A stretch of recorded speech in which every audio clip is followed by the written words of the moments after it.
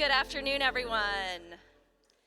Thank you so much for coming to our Lunch and Learn today. It is a conversation on gender diversity. Before we get started, a couple housekeeping things.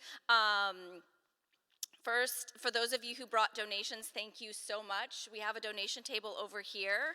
All of these donations are going to be going to the Personal Essentials Bank at Metro Trans Umbrella Group. So Abby will bring those back to the organization and they will go directly to the people who need them now. So thank you so much.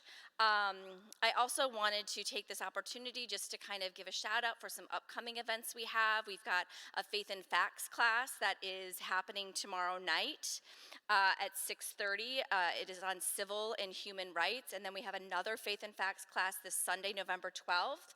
That class is going to focus on women and children. I encourage you guys to attend these incredibly well crafted and taught classes. Trish Gumby, John Heskett, and Mo Parisian have been leading these classes and doing a phenomenal job. So I encourage you to attend. And then on November 13th, we have a Moms Demand Action is coming, and they're doing a phone bank training.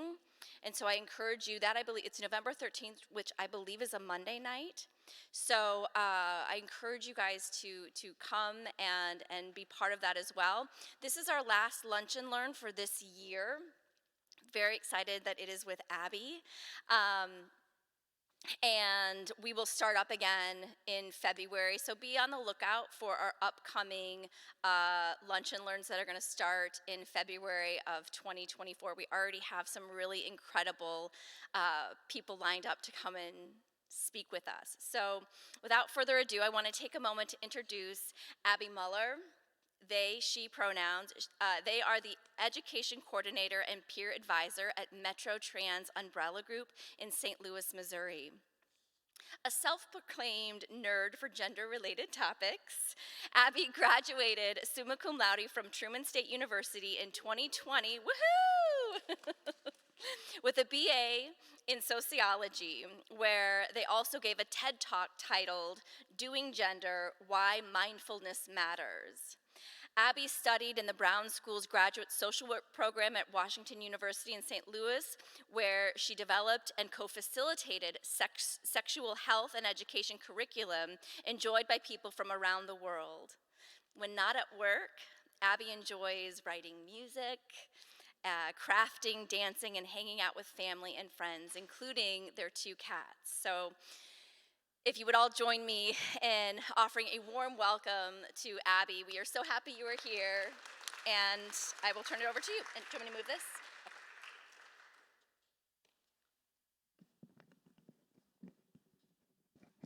All right, can you all hear me okay?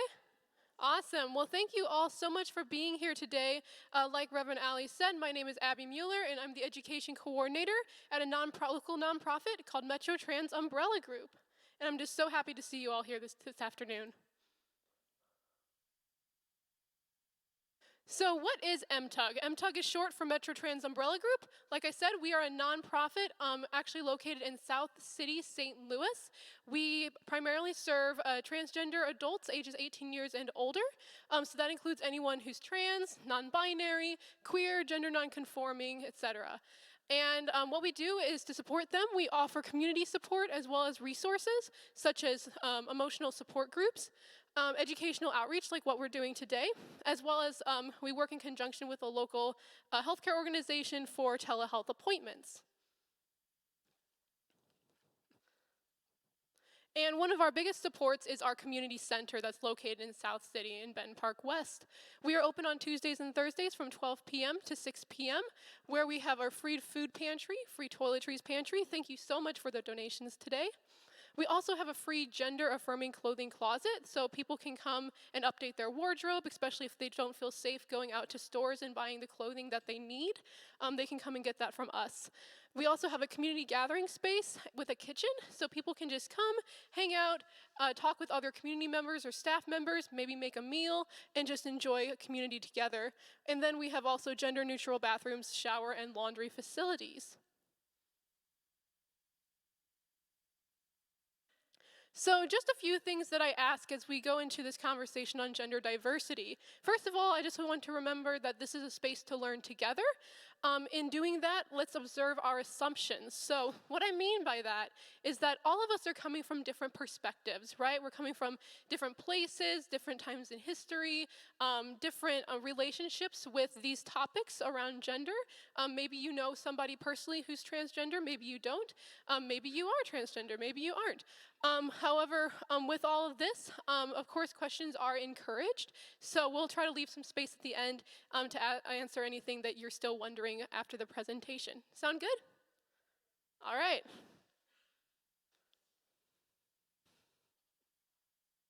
And just some reminders that this is just one step to allyship, right? So anytime that you want to learn how to be better friends to and better community to any group of people, especially marginalized groups of folks, this isn't just a checklist. It's not just the I made it to the event today, so I'm an ally, right? It's a lifelong process. Of course, being here is that first step. And so just being patient with yourself as we learn these new terms. Maybe there's going to be things in here that you already know and that you're just going to be building off of. But just being patient with yourself as we go through and talk about these things, because they can be topics that bring up a lot of emotion and a lot of different personal experience with our own identities. And of course, practice, practice, practice, right? So especially when we talk about things such as using pronouns effectively, or people's names, or even just the language around some of these topics, the best way to get better at being an ally is to practice allyship. So those are just some things to keep in mind as we go through the presentation today. So here's just a roadmap of the topics that I plan to cover. So first I'm going to talk a little bit about myself and why I do this work. Next I'm going to just bring about some awareness around these topics. We're going to talk about some basic concepts when it comes to gender, as well as the legislation that has been affecting the transgender community, especially in Missouri. And of course, finishing up with some action and allyship tips. And also, on your way out today, I do have a few worksheets that are going to be outlining some of the same things that we talk about today in the presentation, as well as some brochures for Metro Trans Umbrella Group. If you would like to pick one of those up on your way out, feel free to do so. So my journey. So, since I was born, I was raised Christian, specifically Roman Catholic. I went to Catholic grade school, Catholic high school, went to church every single weekend. So being Christian was a really big part of who I am, and it still is. I'm actually still Christian. I'm Episcopalian now. And as I grew up, I had my own passions and interests, and one of those was in coming of age and identity topics. So specifically that ended up finding its way into studying gender in college. That's kind of when I started to become more interested in gender specifically. But these things were not things that I necessarily got a chance to talk about or learn about in school. However, it's something that, anytime I could get my hands on a book as a kid and my parents would get it for me or I'd get it from the library, I would just, take in as much information as I could to learn about these things. So it's something I've been passionate about for a while now. And people close to me started to come out when I was in high school. And that's when things really started to, hit hard and hit home for me, because these weren't just, topics that were just maybe personal to me or topics that I like to theorize about or just learn more about in a nerdy way. These are things that really impact people on a regular basis. So as those folks close to me started to come out when we were in high school, I started to recognize these binary systems that we have in place. Now, these binary systems, we like binary systems, right? I mean, our brains like them. They're simple, they're easy, they seem to make sense out of things that might not make sense otherwise. However, using systems that only have two options can really erase diversity. And, something that I think is really interesting is that in Christianity, right now, Metro Trans Umbrella Group is not a religious organization, so I'm providing this information solely based on, my own personal experience and how I think it might relate to yours. But, with all the diversity that God has created, it's important to recognize that and to not mask that. At least that's kind of my perspective on it. So what I did was, as I started to recognize those binary systems, I started to see, wow, we use pronouns, in all these different ways on a regular basis, and the way we use them can actually not show who the people really are that we are talking about. And I saw how we would group people into boys and girls, and how that can not offer space for folks that don't identify as a boy or a girl. So with all this in mind, I went off to college, and I didn't quite know what I wanted to do. I just knew I wanted to do something that had to do with all of this. So I studied sociology. I took a twisty-turvy path to and from sociology to learn more about the social issues that people are facing, as well as learn more about the theory behind all this stuff. So. And in all of that, of course, whenever you get so close to a topic, you see how it impacts yourself too, right? And I noticed that my own identity is multifaceted and doesn't fit neatly into these norms and binaries as well. And I know that, I present pretty feminine. I'm wearing pink, and I got my hair up, and all of that. But what's really cool is that, as we'll talk about in a little bit, just because you see somebody and you think you know something about them doesn't mean you actually do. I've used words like non-binary to describe myself, or gender fluid. I've used the word genderqueer or non-binary woman, and we can talk a little bit about that in a bit, but just keep in mind that everybody has their own relationship with gender and with sexuality as well, that isn't always seen from the get-go when you meet somebody. Awareness. So these are my 3 tips for just becoming more aware around about people's gender. So just, of course, seeing how gender impacts your life. Maybe thinking back to whenever you were growing up and how you were taught gender norms, and maybe how those affected you positively or negatively.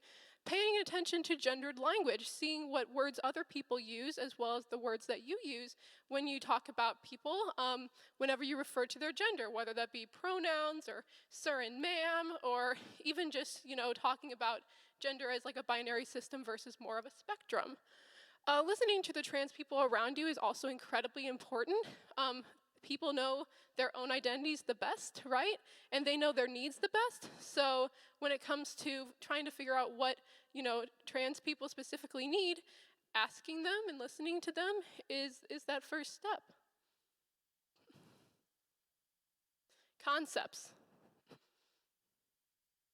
So when we look at the initialism or the acronym LGBT, I'm guessing a lot of you have seen this word before. Yep. So the cool thing about LGBT is that actually the first 3 letters are all about orientation, attraction, sexuality, right? Lesbian, gay, bisexual. However, that last letter, T, stands for transgender, which is a gender word. So that's the first step to recognizing kind of how these concepts are a little different. So just keeping in mind that transgender is referring to gender and not to sexuality. And what does transgender mean? So simply put, transgender is when somebody is transgender is when they have a different gender than the gender assigned at birth. So let me break this down a little bit. Whenever folks are born, right, the doctor or the midwife or whomever is in charge of doing this will say, it's a boy or it's a girl, right? Or even before the child is born, sometimes there's gender reveal parties based on testing they've done in utero. And what really is happening is they're not talking about that baby's gender. They're talking about that baby's assigned sex at birth. So they're talking about based on the physical attributes that they see, or based on maybe some chromosomal testing or other testing that they've done, they see that this baby fits into either a male or female category, which is technically their sex assigned at birth. Now, Whenever we have the sex assigned at birth, from that we assume gender. So we assume that a male baby is going to grow up and still identify as a boy and like trucks and become a CEO, whatever else gender norms we have, um, and that he'll grow up to be a man, and that's that. And same thing with if they're assigned a female at birth, that she'll grow up and use she her pronouns and want to be a princess that whisks away, and it's just there's just so much built into our culture, right? And so but people who are trans, that they have a different story. Their story is that typically they are born assigned male or female, but as they grow up, they find out that that doesn't fit who they are in the gendered sense. Whether it be that they don't fit into those norms or those categories, or internally they have gender dysphoria, where their body and their lived experience doesn't fit into the category that they've been placed. Transgender people, or trans for short, people, they can be any gender besides the gender that they are assigned at birth. And you may have heard of the term cisgender before. So cisgender just means not transgender. It's not a bad word. It's not a scary word. It's not a slur. It really shouldn't be considered all those things, because it's just another descriptive word. So basically, if your gender and sex match, if you're assigned female at birth and that's on your birth certificate and all your legal documents, you're still identifying as a woman, you are cisgender. Whereas if your gender and your sex do not match, then you're transgender. And cisgender, the CIS at the beginning, it comes from like a prefix that means same side of, whereas trans comes from like across or beyond. So gender, sex, and sexuality have these nuanced differences. They are, somewhat connected in different ways, but they're really three different concepts. And when I talk about gender, it can be a little tricky, because personally, I have a hard time defining what gender is. Like, I've been driving myself nuts trying to figure out a really good definition of gender. However, we do know some things. So we do know about sex assigned at birth. Like I said, it's a medical categorization based on the physical qualities of children at birth. Now, for folks that actually don't fit into female or male categories at birth based on their physicality, those folks are going to be considered intersex. Now, you may not have heard this word before, because it's a newer-ish word. There have been other words in the past, such as differences in sexual development, or even the word hermaphrodite, which we don't use as often anymore because that's not really seen as a respectful word. But intersex folks are about as common as people with red hair. I've also seen a statistic that they're about 1.7% of the population. And what happens is, some folks are born with chromosomes or hormone levels or primary characteristics, or even secondary sex characteristics that they do or don't develop during puberty, and other reproductive capabilities that don't fit into the typical male or female categories. And so what happens is, oftentimes those babies are actually operated on right after birth to have them fit into a male or female category, which is essentially sex reassignment surgery, let's be honest. And it's something that there's still a lot of stigma around being intersex, hence why this tends to happen. But some folks go their whole, most of their life, or at least most of their childhood, not even knowing that they're intersex because of that stigma. And they find out once they, approach the age of puberty, or they try to conceive, or they get tested for a health issue later in life and find out, oh, my doctor said my body doesn't produce testosterone the same way that assigned male at birth folks their bodies typically do. So it's a very interesting phenomenon that is, an example of biological diversity that we are oftentimes erasing. Whenever I talk about gender, I'm talking about how people define and experience their own sense of self. So this can, look like, just how they interact with other folks, how they see themselves in terms of, in comparison to other people of those genders. There's a lot of different ways people can kind of come to realize that they are trans. Unfortunately, I don't have enough time today to talk about all those, but if you have any questions, you can talk to me afterwards. And then also, a gender expression is how you present yourself to the world. and how that presentation is then interpreted by other people through social norms. And this is all different than orientation and attraction, which is how and if you feel drawn to other people in a romantic, sexual, or other way. One thing that's important to remember is that just because you know somebody's assigned sex at birth or you know their gender identity does not mean that you know their orientation or attraction. Just as you don't know their gender identity based on their sex assigned at birth, you don't know anything about their sexuality. So somebody can be, transgender and be straight, or they can be transgender and be gay, or transgender and asexual. Just as somebody who is cisgender can be straight or gay or asexual or bisexual, etc. So just keep that in mind, because some folks have, I've heard stories of folks who said, well, I can't be trans because I'm not gay. And those are just two different concepts.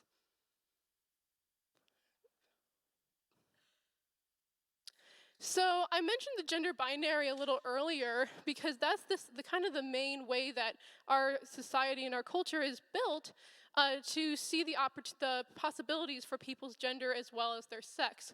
However, a lot more folks are starting to see gender as more of a spectrum, which I think is really cool, and it really helps when it comes to people like me who don't feel like they fit into that gender binary system all the time, if at all.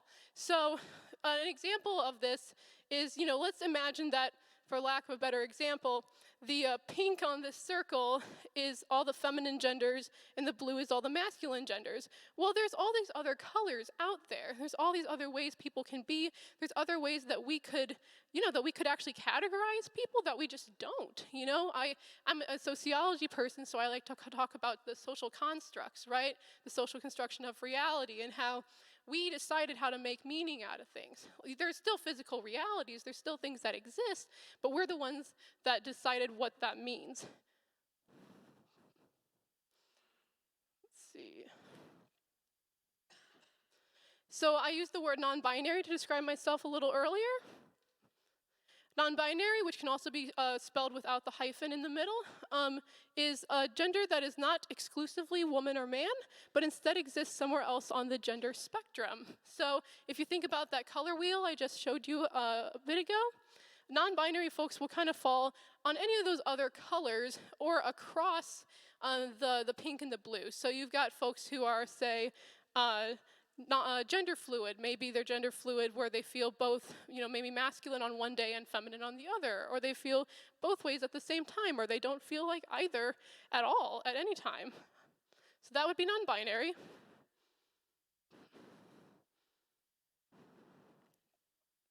Gender nonconforming can actually apply to people who aren't transgender. Gender nonconforming is when a person doesn't follow the feminine or masculine norms and expectations associated with their assigned sex at birth. So, for example, you might have someone who is a man, and he will say that he is a man, but he likes to wear makeup. Or you might see, a more masculine woman who, because of her identity and maybe even related to her sexuality, she still identifies as a woman, but she might be considered gender nonconforming. So that just goes to show how much, how many different options and how much diversity there is in gender and in gender expression that can apply to even people who are not transgender. So, we can learn all this language, and it is important to learn the words. And I know that it can be overwhelming to learn all these words. You might think, oh, there's new words coming out every day. I know, I can't keep up with it either. But it can be really cool to go down the rabbit hole on the internet sometimes. But really what it comes down to is that trans people exist, that trans people are our coworkers and our community members. They're people that we serve. They're people that serve us. And it is our job to support and empower others. One reason why, I haven't, left Christianity throughout all this, because for a lot of people who are LGBTQ+, they have, negative experiences with Christianity, unfortunately. And for me, I mean, luckily I've been treated decently well by the different Christian groups that I've been with, but in addition, I feel like it is still part of my spirituality to support and empower others. And I think that a lot of you would agree with me as well that, serving trans people and uplifting trans people and affirming people's gender identities is not, go up against our spirituality. It's actually something that we can do to love all of God's children, right? Yeah. So legislation. This is some of the more depressing stuff, just a heads up. So at the time that I pulled this infographic, which was towards the end of the legislative session in 2023, so this was around April or May of 2023, the ACLU was tracking anti-LGBTQ bills across the country. So these are not bills that necessarily went into effect, but they are ones that were introduced. There were 494 bills that would have undermined the humanity, really, of LGBTQ plus folks that were introduced. And then you can kind of see, based on the coloration of Missouri, it's in a dark purple color, which means that we had some of the most anti-LGBTQ bills introduced.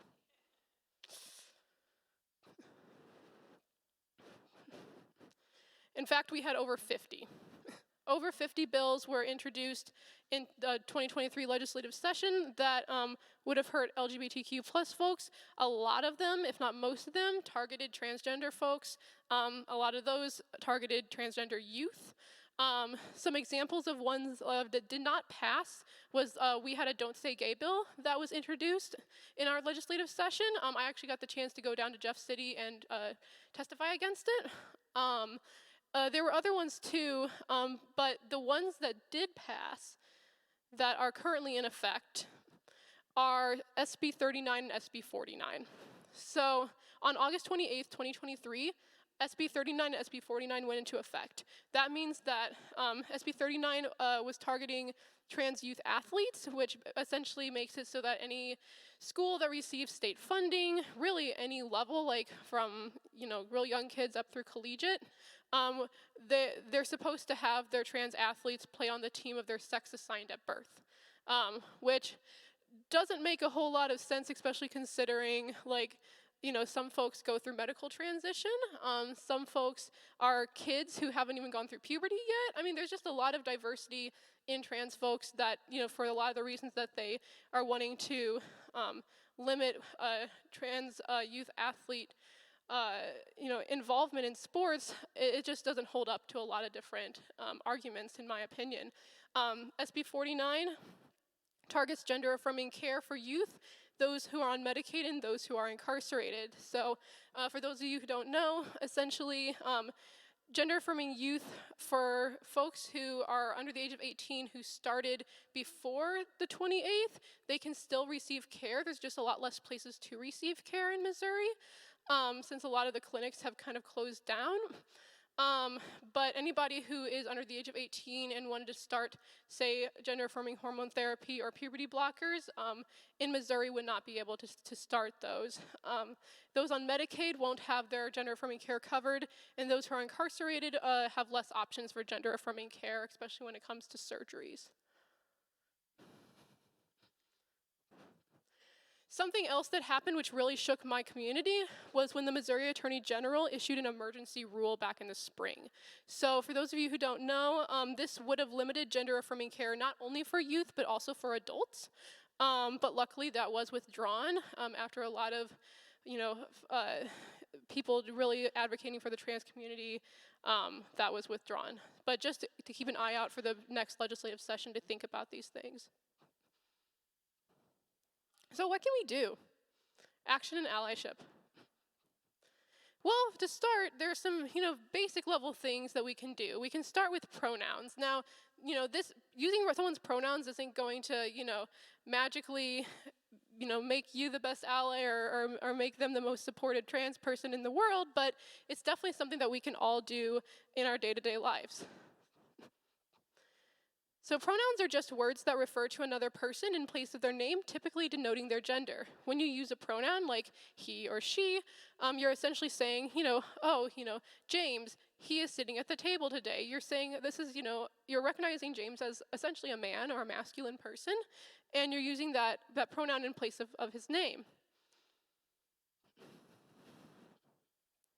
So pronouns that you might see, of course, there's the gender binary pronouns that we use on a regular basis, probably the most often.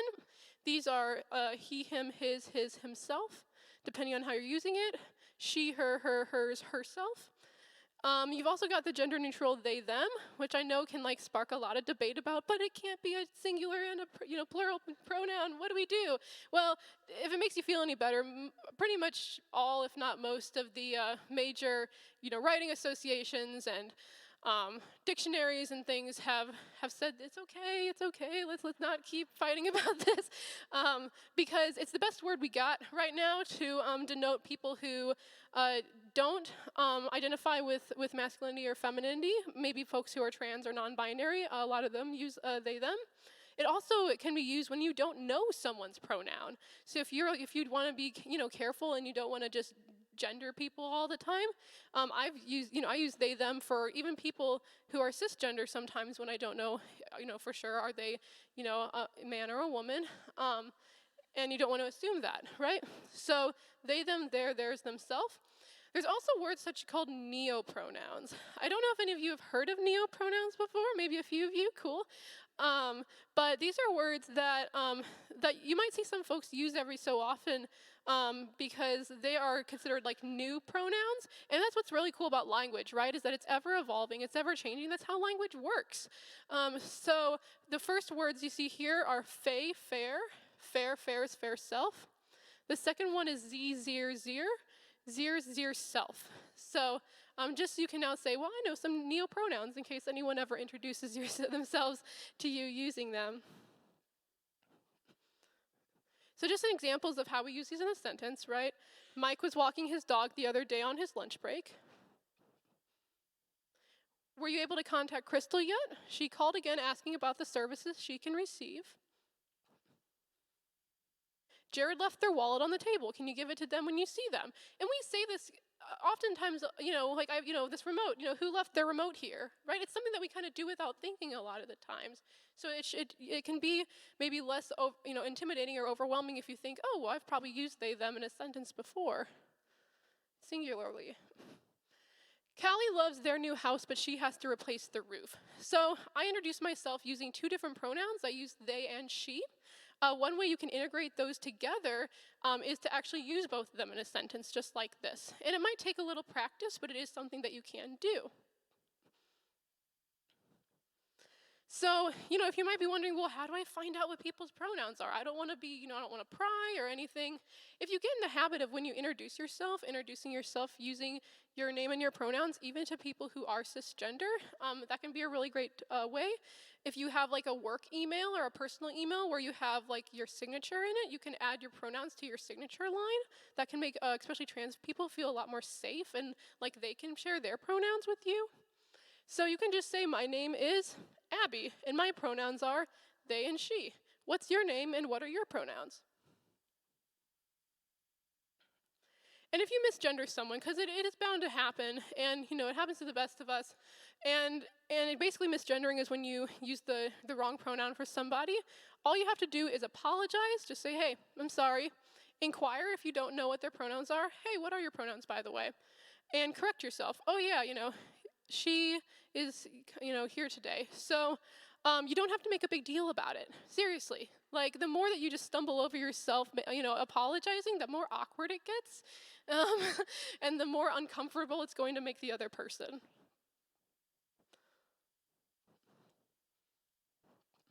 So some people are really down with all the pronouns, but they forget about all the rest of these gendered words. So just keep in mind that there are masculine and feminine words like sir and ma'am. Guys is sometimes considered masculine. Ladies, dude. I know I'm a 90s kid too, so I like dudes sometimes.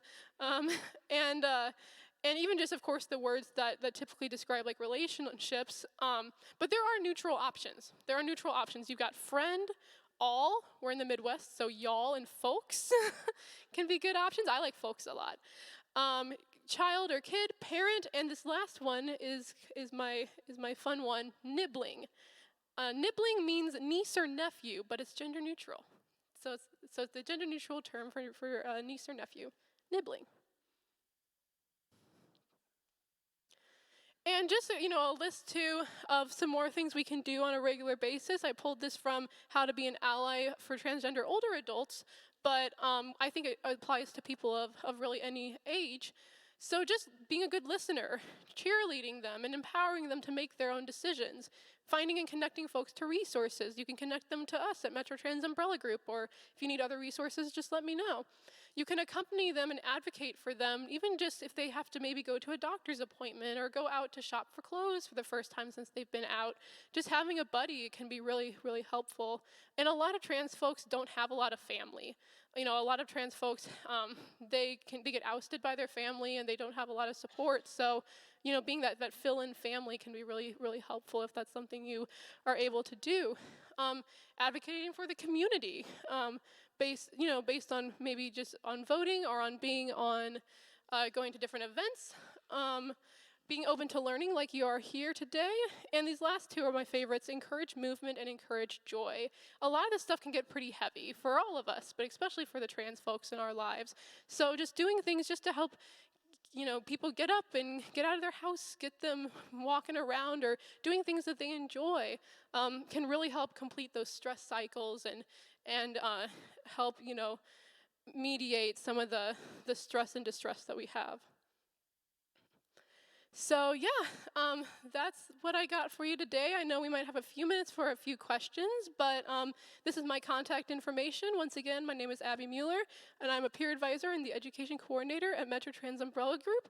Feel free to follow us on our website, social media, or sign up to volunteer.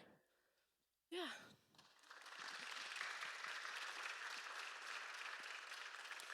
Thank you so much, Abby. Does anybody have any questions? I can come around with a mic. I think Abby, we got questions. Thank you, Abby, for the presentation. I just want to share real quick two things. One of the best lines I ever heard about pronouns was someone talking about God and the Trinity and saying God was really the original they. Mm-hmm. And that I always think about that when I hear someone talk about pronouns. The other thing, I have a dear friend who is now 42, 43 years old. She was born intersex. Mm-hmm. Her parents in small town Wisconsin had 24 hours. She was born with what clinically we would call ambiguous genitalia as a newborn. And her parents were given 24 hours to decide whether they wanted to raise their child as a male or female. Mm-hmm. And as she said, they got it wrong. But, so there are they now. But like in today's world, do you have any idea, there's no chromosome testing back then. There was no blood work. There was nothing to even help people guide their decision other than what are people going to think. Do you feel like there's progress around that? Like, is that a situation where maybe you start with, not that the chromosome makeup of a person is everything, but is that a starting place for parents who are in that situation? Sure. Because that's a lot to process. Yeah, that is a lot to process, and there have been, different medical studies and situations that have been documented where, folks were, raised a certain gender different than their sex assigned at birth just from the get-go without and some of these folks I think were intersex and like you said, they get it wrong. And so, it's tricky because I think, the ideal would be for us to have, a world where as kids grow up, we let them explore. Where even if they get assigned male or female at birth, that they get the opportunity to say, hey, this feels right, or hey, this doesn't feel right for me. So I think that there are some folks that are, raising their kids more gender neutral these days. I know some people who are, or at least raising their kids in a way that they get the opportunity to explore and they don't just always, get all the girl things or all the boy things. I think scientifically, I don't think we have a very good consensus on, on some stuff, especially if, you have chromosomes that are different and don't have like a gender attached to them, right? Because they're not XX or XY. So, but yeah, I think the starting point, at least for me, if I were a parent, would be if I was in the situation to, do the best that I can to make a decision, and then just let them kind of tell me as they grow Yeah, up. my understanding, even in Washington State, which is further along this road to inclusion, certainly than we are here, but I just visited there, and my understanding from one of the pediatricians there that I know is that the law requires gender on a birth certificate, and there are two choices still. So it seems like not an easy thing for us to figure out as we move forward. But kids are assigned gender. They have to be assigned a gender, and and until the birth certificate is complete, you don't take them home. So that's kind of the reality out there anyway. Right, yeah, thank you for lifting that up.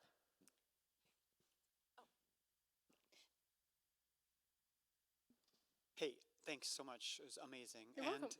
everyone, can we just, the name tag, are we just like amazed by Abby's name tag? I just love it so much.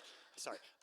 So I want to hear your opinion on something like, so our child uses they, them, and when someone is talking about them, but they're not around, like, what is your thought about my correcting them, that person, when they're talking about our kid?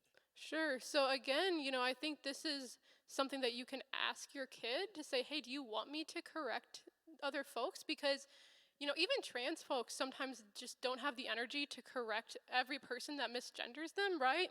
So like being a parent and correcting other folks, if that's comfortable for you, if that's safe for your kid, because also it comes down to sometimes a safety issue as well, right? So is this something that your child feels would be helpful and useful, and be a part of supporting and affirming them, especially because I think that in my opinion I would hope that the parents would correct other people, but if that's something that the kid themselves like says, hey, if you do that, then everyone's going to know, and if they want people to know, then great. If they don't, then if they're still like in their journey of discovery or coming out, that could be outing them. So I think it just depends on where the kid's at. Yeah, sure. Does anybody else have any questions? Okay. Well, Abby, thank you so, so very much. Thank you, everyone, for coming. Thank you for your donations. And I believe Abby said she'd be here if you guys had any questions. So thank you.